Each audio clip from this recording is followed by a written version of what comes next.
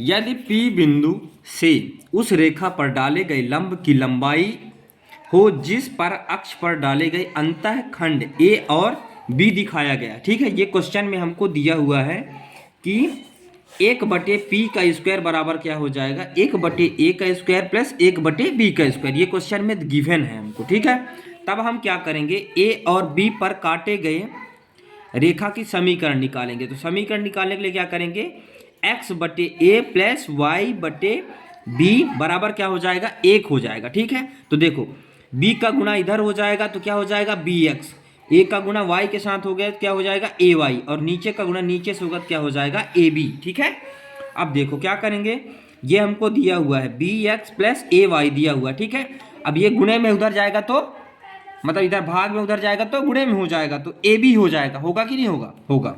अब ये इधर प्लस में उधर आएगा तो किस में हो जाएगा, माइनस में। तो क्या हो जाएगा bx plus ay minus ab, ठीक है, इक्वल टू 0। तो ये एक हमको क्या मिल गया, समीकरण मिला कि नहीं मिला, मिल गया ना। ठीक है, आप इसके आगे से देखो, इसके आगे से हमको क्या दिया हुआ है, 1/P। ठीक है, 1/P दिया हुआ है, इधर इधर 1/P दिया हुआ है, बराबर में क्या दिया हुआ है, माइनस ए बी बटे अंडर रूट में A का स्क्वायर प्लस B का स्क्वायर। ठीक है, ये कैसे हुआ, तो देखो 1/P और इसका मान क्या दिया हुआ हमको। ठीक है, देखो 1/P ये हमको P स्क्वायर दिया हुआ था कि नहीं दिया था, दिया था ना। और 1/ क्या दिया हुआ था, A का स्क्वायर प्लस 1/B का स्क्वायर, इतना दिया हुआ था कि नहीं।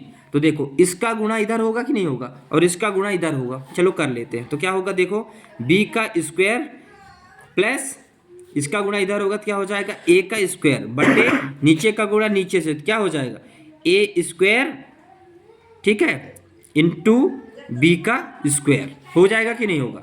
और बराबर में यहाँ ऑलरेडी चल रहा है AP का स्क्वायर, मतलब 1/P का स्क्वायर। ठीक है, अब देखो यदि हम इसको बदल देंगे, बदलने का मतलब जो नीचे है उनको ऊपर कर देंगे, जो ऊपर है उसको नीचे कर देंगे। तो चलो कर देते हैं, तो क्या हो जाएगा, P का स्क्वायर बराबर क्या हो जाएगा, तो यहाँ क्या हो जाएगा, P का स्क्वायर बराबर A का स्क्वायर इंटू B का स्क्वायर बटे B का स्क्वायर प्लस A का स्क्वायर। होगा कि नहीं होगा, ये बताओ। ठीक है, बदल गया तो ये हो गया। ठीक है, अब यदि हम क्या करेंगे, इस स्क्वायर को उधर भेज देंगे तो किस में हो जाएगा, अंडर रूट में हो जाएगा कि नहीं होगा।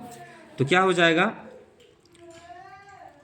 तो 1/, मतलब अभी P का स्क्वायर के साथ ही इतना है कि नहीं है। ठीक है, अब यदि हम 1/P के साथ करेंगे, इसको फिर वापस पलट रहे हैं अपन। ठीक है, जब पलट देंगे तो क्या हो जाएगा, तो ये वाले ऊपर चले जाएंगे, A का स्क्वायर प्लस B का स्क्वायर बटे A स्क्वायर और B स्क्वायर। होगा कि नहीं होगा, देखो ये अभी यहाँ पे ऐसे था, यदि हम इसको फिर पलट रहे हैं 1/P के साथ ले रहे हैं तो ये बदल जाएगा, जो नीचे है वो ऊपर और जो ऊपर है वो नीचे। हो जाएगा कि नहीं होगा, हो जाएगा ना।